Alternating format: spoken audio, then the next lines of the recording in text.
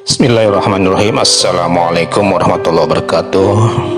Alhamdulillah, pada kesempatan ini kita akan membawakan sebuah tema, yaitu tentang puasa secara umum, yang mana ini merupakan suatu bekal untuk menghadapi bulan Ramadan nanti. Jadi apa-apa aja yang perlu kita ketahui agar puasa kita menjadi suatu amal ibadah yang bisa diterima oleh Allah dan puasa kita tidak menjadi sia-sia. Baik, kita langsung ke pembahasan. Puasa merupakan ibadah termulia, ibadah yang terbaik untuk mendekatkan diri manusia kepada Rabb-Nya.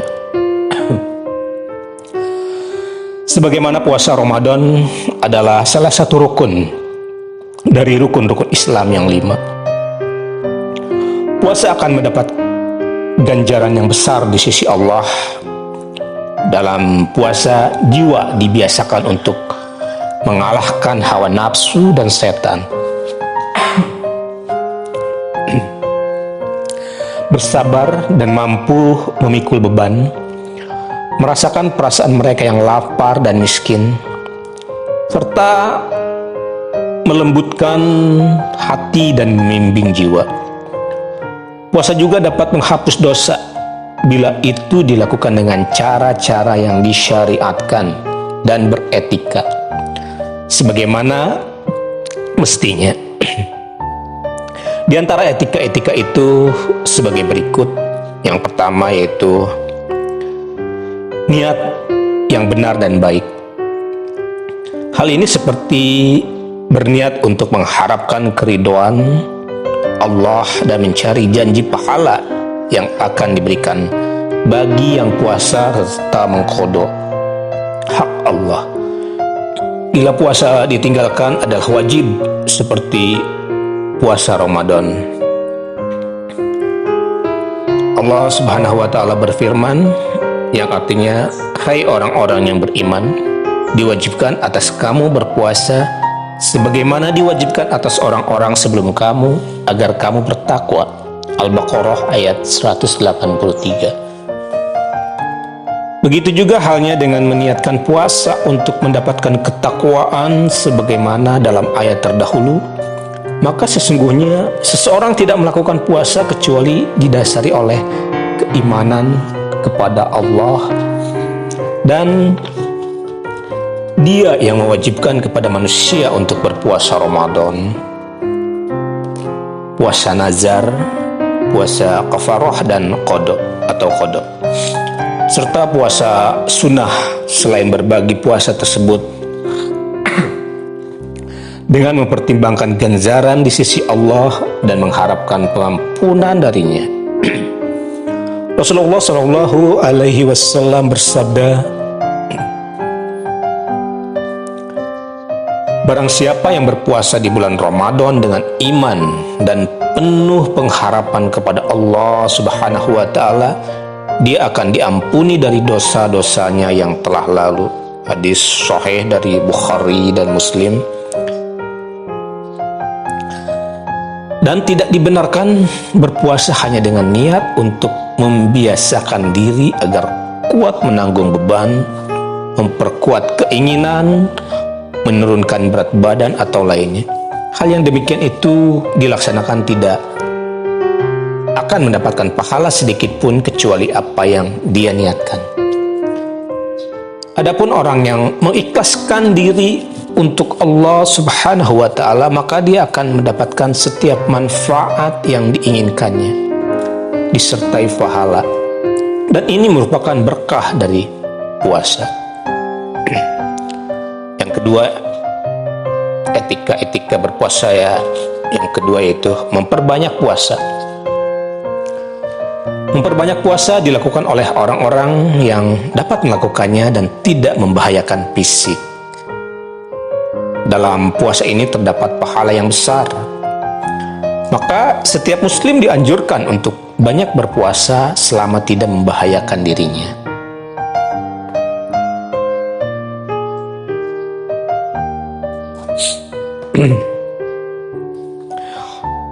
Rasulullah Shallallahu Alaihi Wasallam bersabda, sesungguhnya di surga terdapat satu pintu yang disebut dengan Ar-Rayyan, tempat masuknya orang-orang yang berpuasa di hari kiamat. Tidak ada seorang pun yang masuk darinya selain mereka. Ada yang mengatakan di mana orang yang berpuasa? Maka masuklah mereka darinya. Maka ketika orang yang paling terakhir sudah masuk, pintu tersebut ditutup dan tidak ada orang lain yang masuk lagi. Hadis riwayat Bukhari dan Muslim dari Sahal. Dan Rasulullah juga bersabda dalam hadis lain ketika dia menganjurkan orang untuk berpuasa. Dia bersabda, tidak ada seorang hamba pun berpuasa sehari di jalan Allah Subhanahu wa Ta'ala, dia akan jauhkan dirinya pada hari kiamat dari api neraka sejauh perjalanan 70 tahun. Sahih Muslim, Bukhari Muslim dari Abu Sa'id. Maka sudah selayaknya kita memperbanyak puasa untuk mendapatkan pahala ini, kecuali bila hal itu membahayakan badan atau merampas hak keluarga kita. Namun cukup apa yang dinasihatkan Rasulullah kepada Abdullah bin Amr bin As radhiyallahu ketika ia bersikeras untuk puasa sepanjang tahun disertai dengan ibadah lainnya. Kemudian Rasulullah bersabda, sesungguhnya engkau tidak akan dapat melakukan itu, maka berpuasalah dan berbuka, kemudian berdiri dan tidurlah, dan berpuasalah 3 hari dalam sebulan. Maka sesungguhnya kebajikannya itu 10 kali lipat. Yang demikian itu seperti puasa sepanjang masa. Kemudian Abdullah berkata, maka sesungguhnya saya lebih mampu dari itu. Rasulullah bersabda, berpuasalah 1 hari dan berbukalah, atau tidak berpuasa 2 hari. Abdullah berkata, maka sungguh saya lebih mampu lebih dari itu. Wahai Rasulullah, dialah bersabda, puasalah sehari dan buka sehari, dan demikian adalah puasa Nabi Daud alaihissalam. Dia merupakan puasa yang mudah. Abdullah berkata, sesungguhnya saya mampu melakukan lebih dari itu. Nabi Muhammad bersabda, tidak ada yang lebih baik dari itu. Maka ketika Abdullah beranjak tua, dia berkata, menerima 3 hari yang disabdakan Rasulullah lebih aku senangi bagi keluargaku dan hartaku. Hadis riwayat Bukhari dan Muslim dari Ibnu Amr. Maka hendaklah seseorang tidak mengerjakan sesuatu yang dapat membahayakan diri dan merampas hak-hak yang wajib dilakukannya, sehingga pada suatu hari nanti tidak membuat dia harus meninggalkan amalan tersebut sama sekali.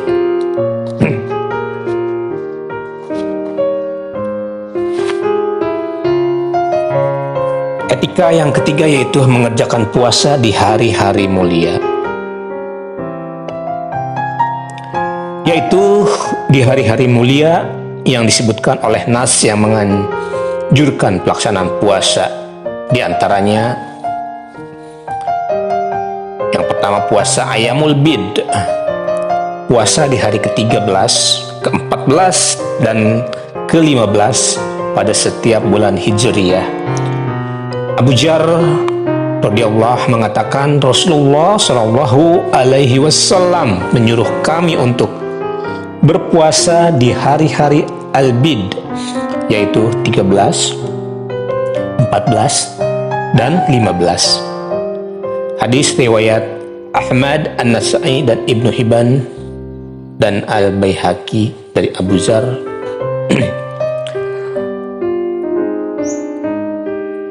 Rasulullah Shallallahu Alaihi Wasallam sangat menjaga pelaksanaan puasa-puasa Ayyamul Bid yang 3 di atas, sehingga dia tidak berbuka atau berpuasa di hari-hari al-bid, baik yang bermukim atau saat bersafari. Hadis riwayat Nasa'i dan Tabarani. Yang kedua yaitu puasa Senin dan Kamis. Rasulullah Shallallahu Alaihi Wasallam melakukan puasa di 2 hari ini dan bersabda, sesungguhnya amalan diangkat pada hari Senin dan Kamis. Maka aku suka kalau amalanku diangkat sementara aku sedang berpuasa. Hadis riwayat Ahmad, Abu Daud, An-Nasai, Baihaqi dan Sahih Al-Jami. Yang ketiga yaitu puasa Asyura. Puasa Asyura di bulan Asyura ini sangat baik. Maka sesungguhnya Nabi Muhammad Sallallahu Alaihi Wasallam berpuasa di bulan Asyura dan memerintahkan puasa bagi umat. Itu dari Sahih Muslim. Rasulullah Shallallahu Alaihi Wasallam bersabda, maka bila di tahun depan insya Allah kami berpuasa di hari ke-19. Di hari ke-9, maaf. Hadis riwayat Muslim dari Ibnu Abbas. Dalam sabda lainnya Rasulullah Shallallahu Alaihi Wasallam bersabda, puasa di hari Arafah aku persembahkan kepada Allah Subhanahu wa Ta'ala agar diampuni dosa 1 tahun sebelumnya dan tahun sesudahnya. Dan puasa hari Asyura adalah Allah akan mengampuni dosa tahun sebelumnya. Hadis riwayat Muslim dari Abu Qatadah. Yang keempat yaitu puasa hari Arafah. Bagi orang-orang yang tidak sedang menunaikan haji, sesungguhnya terdapat pahala yang sangat besar bagi orang yang berpuasa dengan pengampunan dosa 2 tahun. Sebagaimana dijelaskan dalam hadis di atas, ia merupakan sebaik-baik hari sepanjang tahun. Maka dari itu harus dijaga dengan melakukan puasa sebisanya. Yang kelima, puasa 6 hari di bulan Syawal. Puasa ini didasari oleh sabda Rasulullah Shallallahu Alaihi Wasallam, barang siapa yang berpuasa di bulan Ramadan kemudian diikuti dengan 6 hari dari bulan Syawal, maka puasanya seperti puasa seumur hidup. Hadis riwayat Muslim dari Abu Ayyub. Yang keenam, banyak puasa di bulan Muharram dan Sya'ban. Puasa ini dianjurkan oleh sabda Rasulullah Shallallahu Alaihi Wasallam, sebaik-baik puasa setelah Ramadan adalah bulan Muharram. Hadis Sahih Muslim dari Abu Hurairah. Kemudian dengan pernyataan Aisyah tentang puasa Ramadan Shallallahu Alaihi Wasallam sebagai berikut, saya tidak melihat bulan yang lebih banyak puasanya dari bulan Sya'ban. Hadis riwayat Bukhari dan Muslim dari Aisyah. Dan yang ketujuh yaitu puasa 9 hari pada awal Zulhijjah, yaitu puasa di 9 hari pertama bulan Zulhijjah. Maka sesungguhnya Rasulullah Shallallahu Alaihi Wasallam bersabda, Rasulullah berpuasa di 9 hari pertama bulan Zulhijjah dan hari Asyura.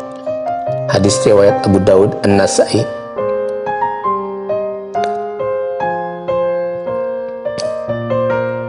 Dan yang kedelapan yaitu puasa Daud.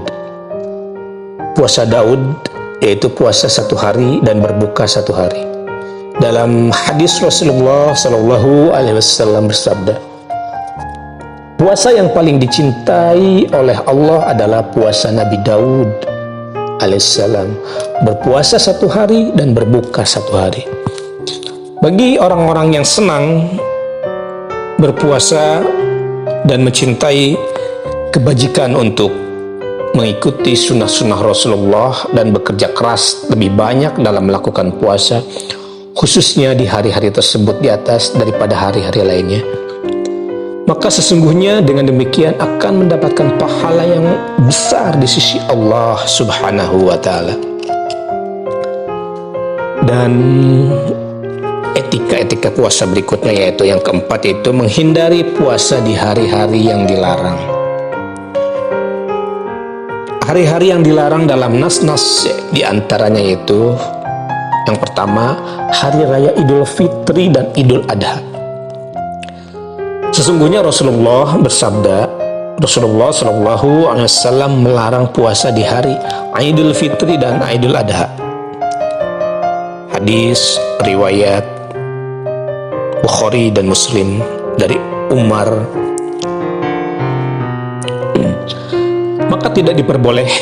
Maka tidak diperbolehkan melanggar larangan Rasulullah SAW dalam berpuasa di hari-hari di atas. Kemudian hari tersebut merupakan hari menyantap hidangan, hari keceriaan dan saling menziarahi dan lain-lain.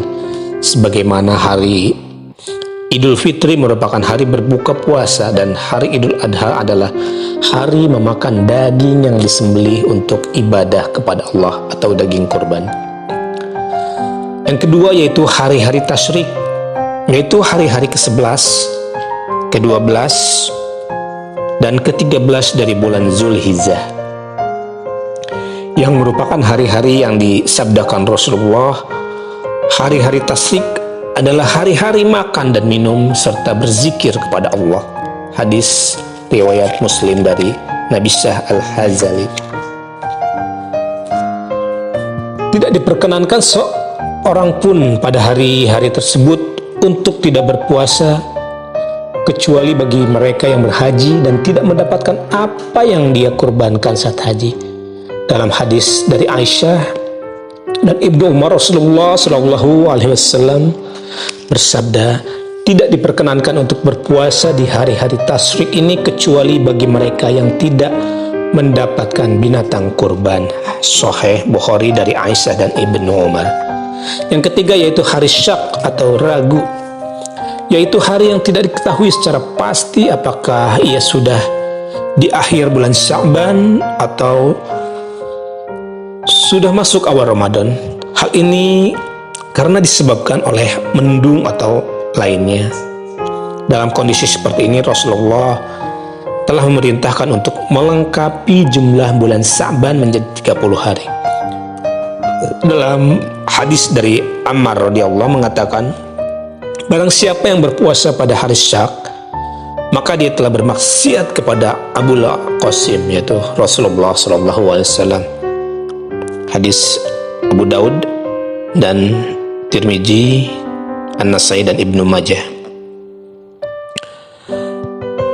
Yang keempat yaitu puasa di hari Jumat. Dilarang berpuasa di hari Jumat bila itu hanya dilakukan di hari Jumat tanpa diikuti oleh hari sebelumnya atau sesudahnya. Rasulullah SAW bersabda, janganlah seorang di antara kalian berpuasa di hari Jumat kecuali diikuti oleh hari sebelum atau sesudahnya. Hadis Sahih Bukhari dan Muslim. Dan dalam riwayat lain juga dikatakan, janganlah mengkhususkan puasa di hari Jumat dan hari-hari lain kecuali dengan puasa yang dijalani oleh seseorang di antara kamu. Hal ini misalnya dilakukan pada puasa sehari, lainnya berbuka puasa atau puasa Nabi Daud. Puasa seperti ini akan melewati hari Jumat walau tanpa disertai dengan hari Kamis atau Sabtu, dan itu tidak menjadi masalah. Yang kelima, tidak berpuasa di hari Arafah bagi yang haji. Ummul Al-Fadl berkata, aku mengirimkan Rasulullah SAW secawan susu kental sedang ia berada di atas untanya di Arafah, maka Rasulullah pun meminumnya. Sahih Bukhari dan Muslim. Sebagaimana Rasulullah bersabda, hari Arafah, hari berkurban, hari tasyrik, hari raya umat Islam semua merupakan hari-hari makan dan minum. Hadis riwayat Abu Daud dan Tirmizi dan An-Nasa'i. Adapun bila terdapat kemuliaan dalam puasa hari Arafah, maka sesungguhnya itu merupakan hak orang yang tidak berhaji. Etika dalam berpuasa berikutnya yaitu yang kelima, istri dilarang puasa sunnah tanpa seizin suami. Hal ini berlaku ketika suami ada di rumah dan tidak dalam perjalanan atau lainnya. Karena keberadaannya di rumah memungkinkan suami untuk mengajak istri untuk keranjang, di mana dia tidak boleh menolak. Dengan demikian Rasulullah SAW bersabda, tidak diperbolehkan bagi istri untuk berpuasa dan suami berada di rumah atau menyaksikan kecuali dengan seizinnya. Sahih Bukhari dari Abu Hurairah. Puasa ini adalah puasa sunnah, adapun puasa wajib maka tak ada izin untuk melaksanakannya. Etika puasa berikutnya yaitu bersahur walaupun dengan seteguk air. Nabi Muhammad SAW menganjurkan untuk bersahur dengan sabdanya, bersahurlah maka sesungguhnya dalam sahur itu terdapat berkah. Sabda Rasulullah lainnya juga mengatakan perbedaan antara puasa kita dan puasa ahli kitab adalah makan sahur. Hadis riwayat Bukhari dan Muslim. Maka sebuah keharusan bagi setiap mukmin untuk meneladani Rasulullah SAW dalam puasa dengan bersahur, walaupun dengan kurma atau seteguk air. Sesungguhnya Rasulullah SAW bersabda, bersahurlah walau dengan seteguk air. Dari Ibnu Hibban. Kemudian dia juga bersabda, kurma adalah sebaik-baiknya orang mukmin. Dari Abu Daud. Dan maka etika yang berikutnya yaitu yang ketujuh, mengakhirkan sahur. Sesungguhnya mengakhirkan waktu sahur adalah bagian dari sunnah yang dianjurkan oleh Nabi Muhammad SAW. Dia bersabda, bersegeralah berbuka puasa dan akhirkanlah sahur. Hadis dari Ibnu Adi dalam Kitab Al-Kamir dari Anas sebagaimana dalam Sahih Al-Jami. Yang demikian ini dapat menguatkan seseorang untuk berpuasa dan banyak berkahnya, di mana itu juga dilakukan oleh Rasulullah SAW. Zaid bin Sabit radhiyallahu mengatakan, kami bersahur bersama Rasulullah, kemudian kami melakukan sholat. Maka Anas berkata kepadanya, berapa lama antara keduanya? Dia bersabda, 50 ayat. Rasulullah SAW bersabda, hendaklah agar azan Bilal tidak mencegah kalian dari bersahur. Maka sesungguhnya ia azan di waktu malam agar mereka yang sedang sahur kembali untuk sahur dan membangunkan orang yang masih tidur di antara kalian. Hadis riwayat Sahih Bukhari dan Muslim dari Ibnu Mas'ud. Etika yang ke-8 yaitu tidak berlebihan dalam makan di waktu sahur. Karena makan berlebihan akan membahayakan diri seseorang sehingga memberatkan dia untuk melakukan ibadah. Bisa jadi dia akan tertidur hingga waktu zuhur. Hal ini juga bertentangan dengan hikmah dari puasa itu sendiri. Maka bagaimana yang dimaksud dengan membiasakan diri untuk lapar dan bertahan dengan kondisi demikian? Kemudian mengisi perutnya di waktu sahur. Sebagian manusia melakukan hal ini sehingga tidak merasakan lapar saat berpuasa sepanjang hari karena berpandangan keliru. Hal ini disebabkan oleh ketidaktahuan yang pada akhirnya menyia-nyiakan hikmah puasa itu sendiri. Etika yang ke-9 yaitu menjaga anggota tubuh saat berpuasa.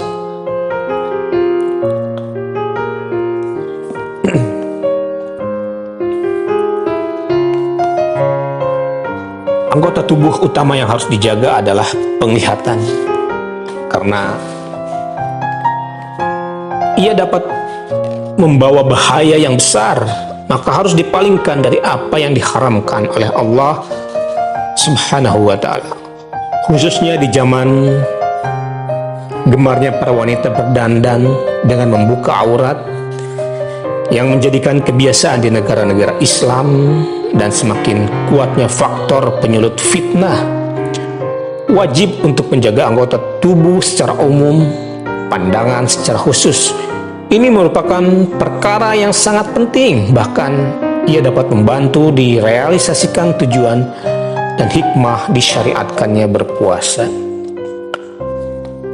Sesungguhnya manusia bila memelihara anggota tubuhnya, kedua matanya, kedua tangannya, lisan, telinga, kemaluan, dan kaki dari apa yang diharapkan oleh Allah di saat puasa, maka ia akan terbiasa sehingga menjadi sebuah perilaku. Kemudian dia akan terus memelihara anggota badan tersebut selamanya dalam rangka meraih ketakwaan, dan merupakan hikmah utama dari kewajiban puasa. Barang siapa yang menahan makan dan minum serta tidak memelihara anggota badannya, maka yang demikian itu belum mengetahui hikmah puasa itu sendiri, yaitu seperti yang tidak diragukan lagi dan merupakan bagian dari maksud sabda Rasulullah SAW yang berbunyi, berapa banyak orang-orang yang berpuasa tidak mendapatkan sesuatu dari puasanya kecuali rasa lapar. Hadis riwayat Ibnu Majah dari Abu Hurairah. Dan etika puasa yang ke-10 yaitu menahan diri dan tidak bertindak bodoh. Maksudnya di sini yaitu bukan membalas perlakuan buruk, cercaan atau memerangi dengan balasan serupa, namun menahan diri dan bersabar saat terpancing amarah. Sungguhnya Nabi Muhammad SAW bersabda, apabila seseorang melakukan puasa, hendaklah ia tidak berkata buruk atau cabul atau bertindak bodoh. Maka bila seseorang mencerca atau memeranginya, katakanlah sesungguhnya saya sedang berpuasa. Sesungguhnya saya berpuasa. Hadis riwayat Bukhari dan Muslim. Perkataan ini diucapkan dengan suara lantang. Sesungguhnya yang demikian itu mengingatkan bahwa dirinya berpuasa, memberitahukan orang yang tidak tahu bahwa ia bersabar dan tidak membalas perlakuan buruk dengan yang setimpal hanya karena faktor puasa saja. Namun sekarang ini kita menyaksikan banyak orang-orang yang mengutuk, mencela, marah, emosi di siang bolong pada bulan Ramadan dan mengklaim bahwa itu dikarenakan oleh puasanya. Anehnya, karena puasalah orang mencari-cari alasan untuk bertindak demikian. Seakan puasa menjadi justifikasi celaan dan kutukan. Sungguh, innalillahi wa inna ilaihi raji'un. Etika yang ke-11 itu memelihara lisan, menghindari lagwun atau melalaikan perkataan buruk atau rafat, cabul, dan fisq, sesat. Hal ini dilakukan karena besarnya bahaya lisan. Di samping seluruh perkara tersebut dapat bertentangan dengan etika puasa dan membatalkan hikmahnya. Tindakan melakukan hal-hal tersebut mengindikasikan hukum wajib memelihara lisan dari apa yang dibicarakan di atas, sebagaimana dalam sabda Rasulullah yang berbunyi, orang-orang puasa bukanlah orang yang menahan dari makan dan minum, tetapi dari laghwun dan rafat. Bila ada orang yang mencelamu atau bersikap bodoh padamu, maka katakanlah sesungguhnya aku berpuasa. Sesungguhnya aku berpuasa. Hadis riwayat Al-Hakim. Etika yang ke-12 yaitu memperbanyak amal kebajikan. Amal kebajikan harus banyak dilakukan saat berpuasa dan sangat dianjurkan bagi orang yang berpuasa dalam memanfaatkan waktunya untuk berzikir, berdoa, beristighfar, membaca Al-Quran, dan banyak bersedekah, serta memberi iftar bagi yang berpuasa guna mencari ganjaran pahala. Kemudian bersilaturahmi, berbuat baik, yang lainnya juga termasuk dalam kategori kebajikan. Etika yang ke-13 yaitu mempercepat iftar atau berbuka. Sesungguhnya yang demikian itu merupakan sunnah Nabi Muhammad SAW. Dia memerintahkan dalam sabdanya, bersegeralah berpuasa, bersegeralah berbuka puasa.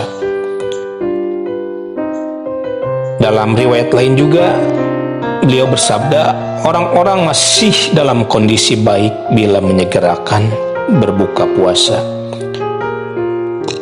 Hadis dari Sahih Bukhari dan Muslim.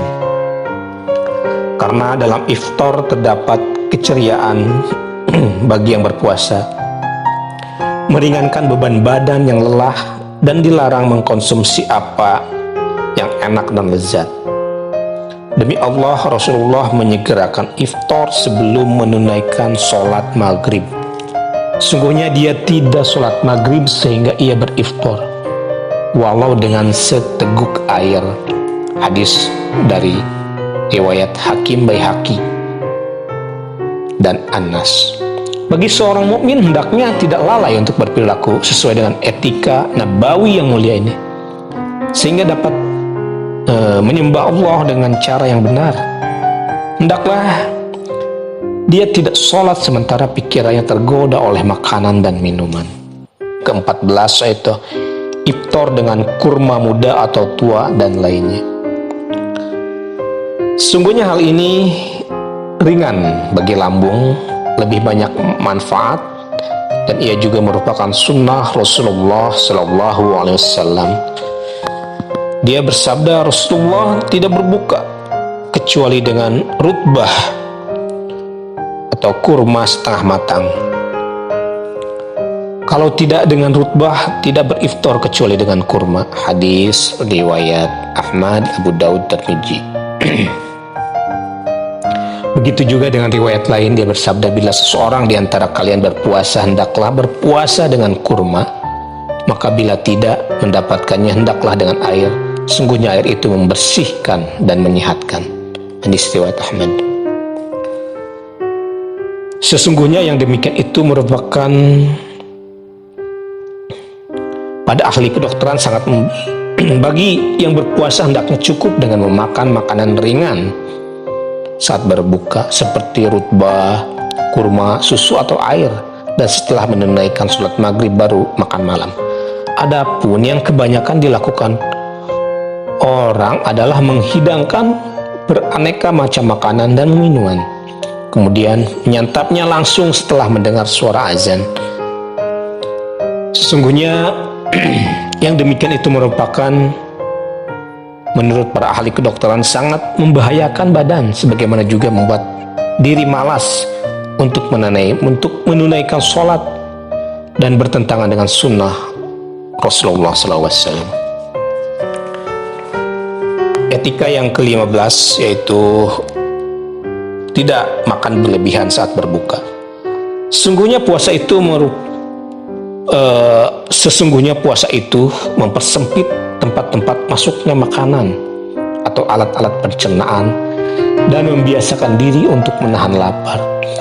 Bila orang berpuasa mengkonsumsi jumlah makanan yang besar setelah lapar dan berpuasa, sesungguhnya itu telah mengejutkan lambungnya, dan yang demikian itu sangat membahayakan, melenyapkan hikmah dari berpuasa itu sendiri dan membuat orang lain malas dan membuat orang malas untuk beribadah, dan itu merupakan kerugian yang sangat besar. Dan yang ke-16 yaitu doa saat berbuka puasa.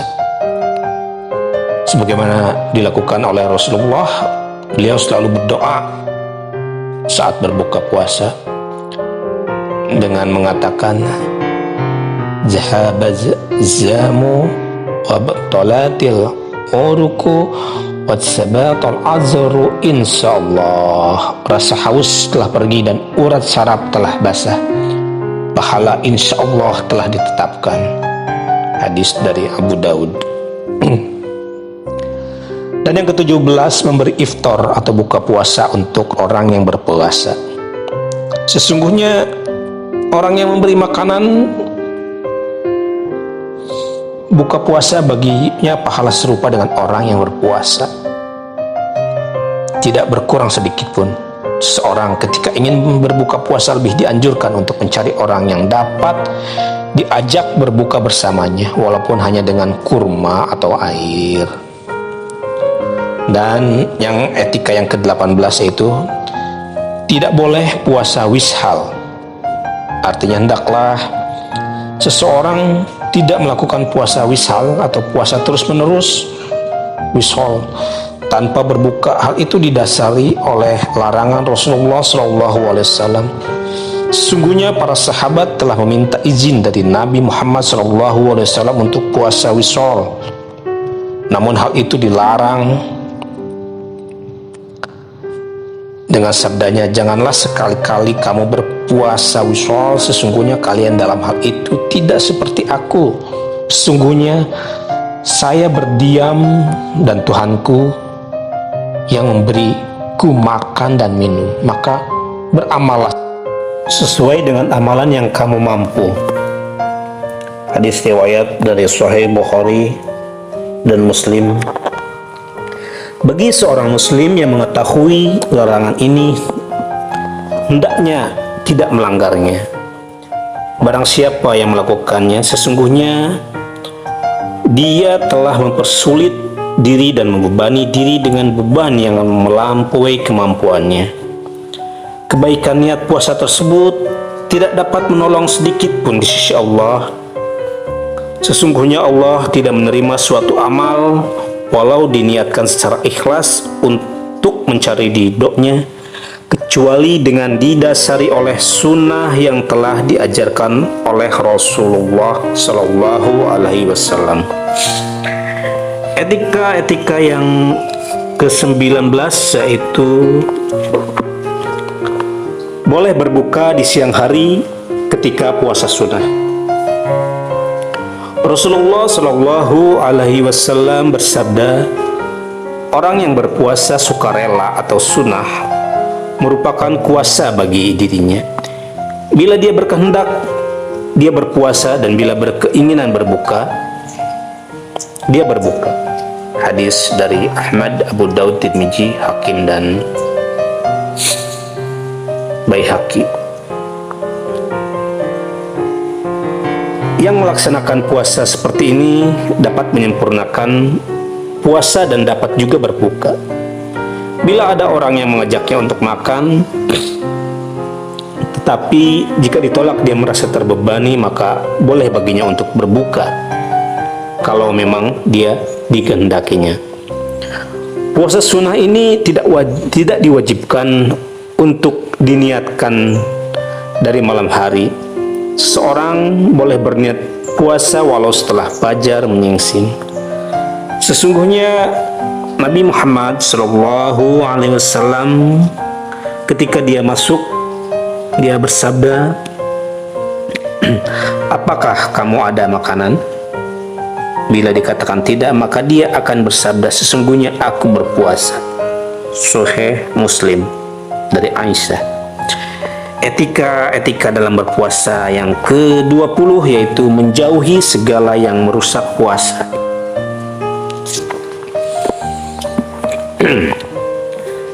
Hendaknya bagi yang berpuasa agar tidak berlebihan dalam berkumur dan memasukkan air ke hidung saat berwudu. Hal itu dikhawatirkan masuknya air ke dalam sehingga merusak nilai puasa. Yang demikian itu telah dilarang oleh Rasulullah Shallallahu Alaihi Wasallam dalam sabdanya, dan beristinsaklah atau memasukkan air ke hidung secara seksama kecuali bila kamu berpuasa. Dari Asy-Syafi'i dalam musnadnya, Imam Ahmad dan Abu Daud, serta diriwayatkan oleh At-Tirmizi.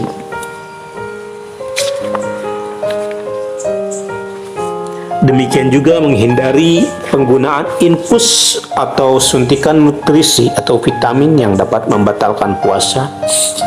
Mengorek hidung sampai masuk ke dalam dapat juga merusak puasa. Bila berpuasa dan membersihkan gigi, lebih baik tidak menggunakan pasta, karena ia dapat menghilangkan bau mulut orang yang berpuasa yang sebenarnya di sisi Allah justru lebih harum dari semerbak kasturi. Sebagaimana ia juga dapat menyebabkan masuknya bagian dari pasta ke dalam mulut yang tentu dapat merusak puasa, walaupun pemakaiannya tidak dilarang. Begitu juga dengan hal-hal lain yang dapat mempengaruhi puasa, terlebih lagi perbuatan-perbuatan maksiat atau perbuatan-perbuatan mungkar. Dan etika dalam berpuasa yang terakhir, yang ke-21, yaitu bertakwa kepada Allah Subhanahu wa Ta'ala. Ini merupakan etika utama yang merangkum dari setiap etika-etika di atas. Setiap muslim wajib untuk membekali ketakwaan dalam setiap perkataan dan perbuatan. Ketakwaan adalah esensi dan tujuan dari kewajiban berpuasa.